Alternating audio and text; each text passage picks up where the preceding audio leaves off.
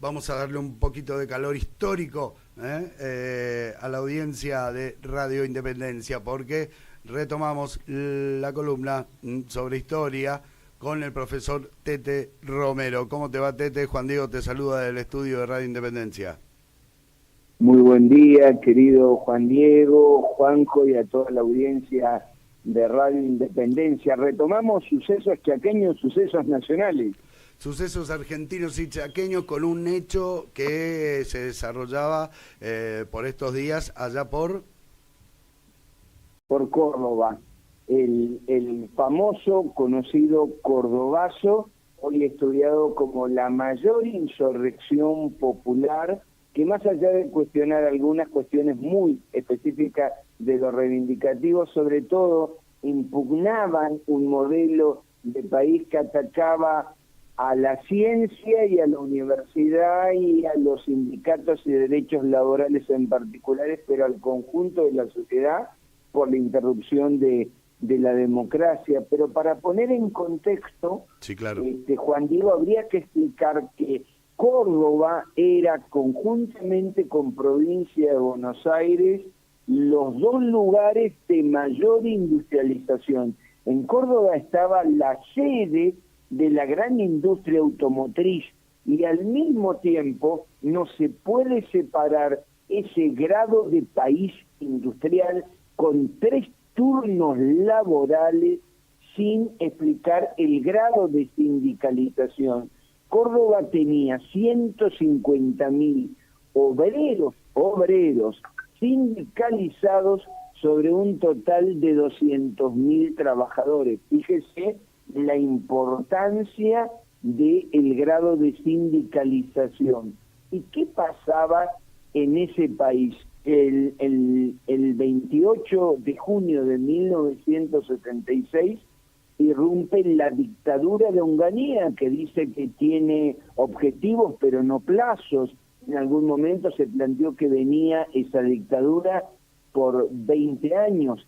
Según el decreto 4161 del 5 de marzo del 56, estaba proscripto el peronismo, la actividad sindical, y también estaba proscripto el solo nombre o mención de peronismo, justicialismo, Perón y Evita y la marcha peronista.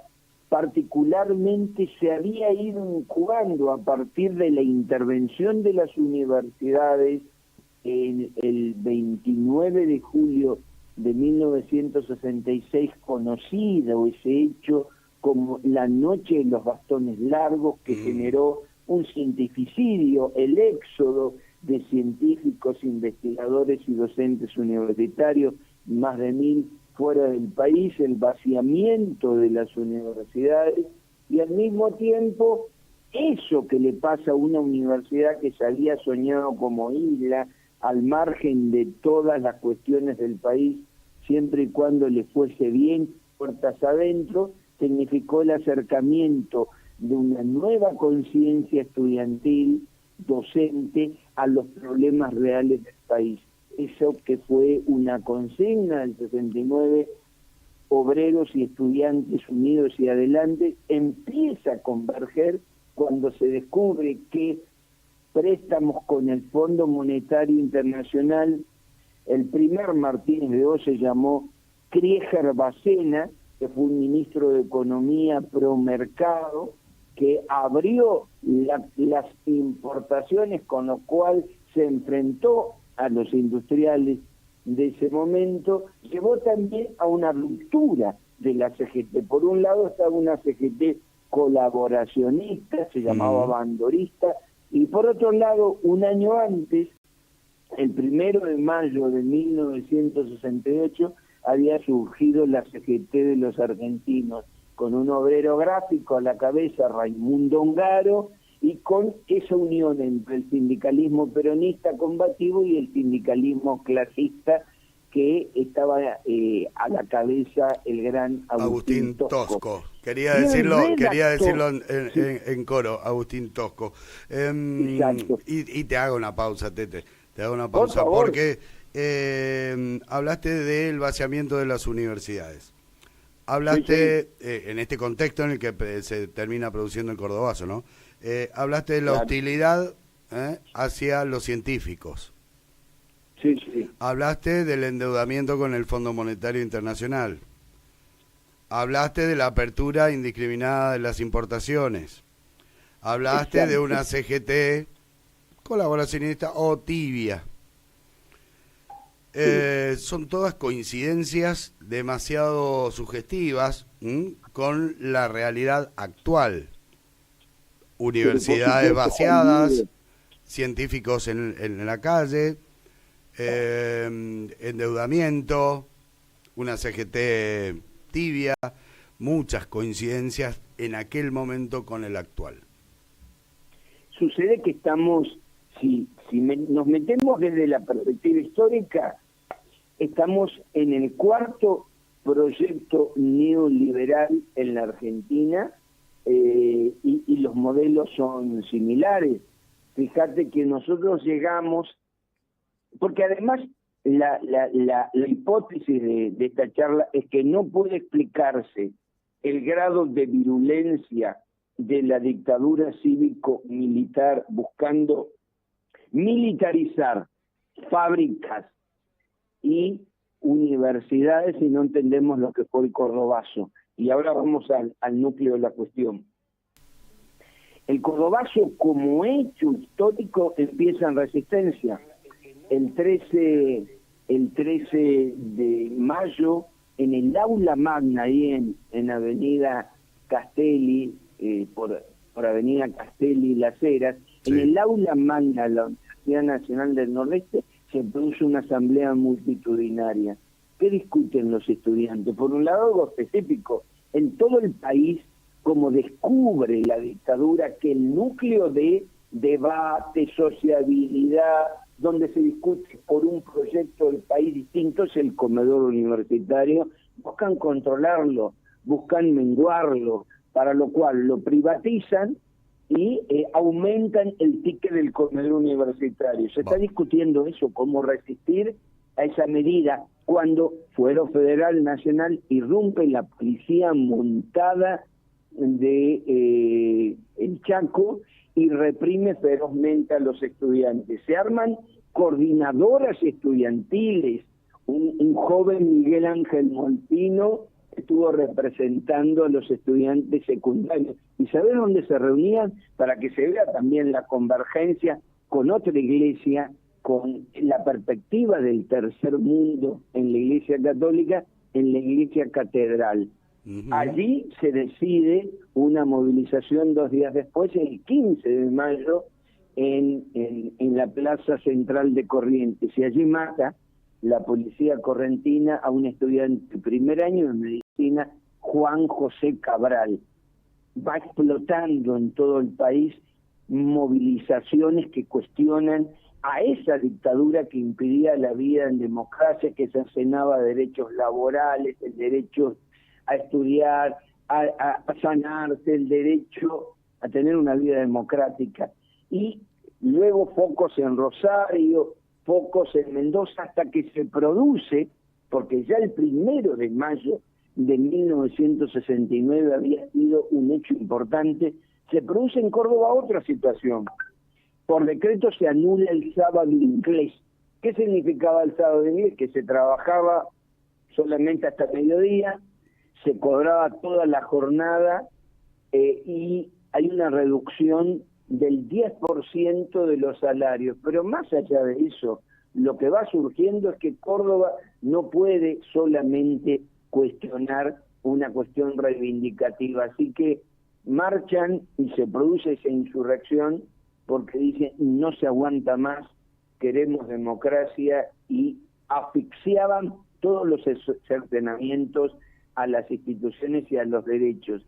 Se produce una insurrección tan popular que las fuerzas policiales no bastaron.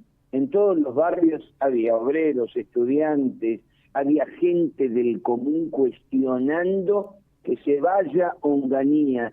Son 2 días, 29 y el 30, tiene que intervenir el ejército, y el saldo que queda, más allá de los muertos y heridos, es que la dictadura tiene que retirarse, se va a Onganía, viene Leviston, Lanús entiende que hay que convocar a la democracia, que hay que convocar a elecciones, y yo te diría, mira, leyendo a Julián Sicari, recomiendo Sicari, Martínez II, el jefe civil de la dictadura, es una entrevista a Martínez II cuando explica por qué las desapariciones, dice además, explicando esto, había que desindustrializar a la Argentina, porque con industrialización había peronismo y había sindicalismo combativo. Claro. Desindustrializar para nosotros significaba desindicalizar, desperonizar, porque sin sindicatos con conciencia,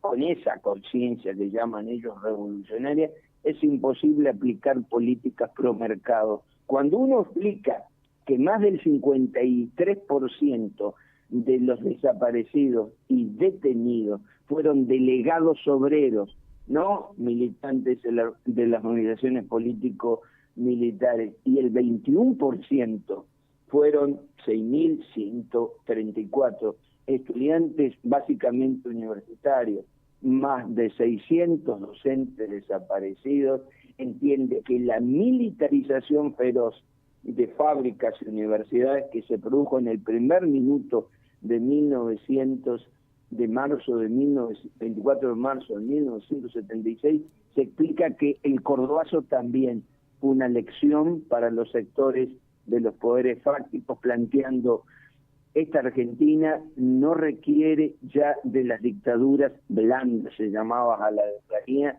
requiere una dictadura mucho más feroz, porque hay que terminar con ese país industrializado, le llamaban el empate hegemónico. Venían gobiernos de cuño liberal, pero luego venían gobiernos de signo populista o peronista. Esa es la lectura que tenemos del Cordobazo, y otra que me parece para actualizarla, Juan Diego. Cuando las luchas sectoriales o reivindicativas solamente son aisladas y reivindicativas, no se puede impugnar un modelo de país. El modelo sigue vivito y coleando. Cuando las luchas se unen y se tiene una conciencia que va más allá de lo sindical, para tener una conciencia nacional, y se plantea un proyecto de país, un proyecto de cultura, un proyecto de educación, además de sentirnos menos solos, sentimos que estamos dando una batalla por un país mejor. Esa es la lección también. Otra coincidencia con la actualidad. Otra coincidencia.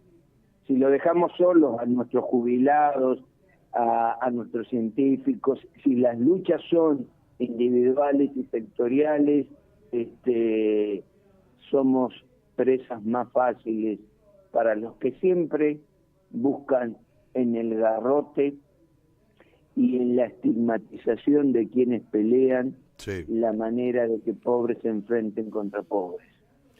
Tete, muy claro la relación, muy claro también y revelador los pasos previos, tanto en la UNE como en la plaza de la ciudad de Corrientes,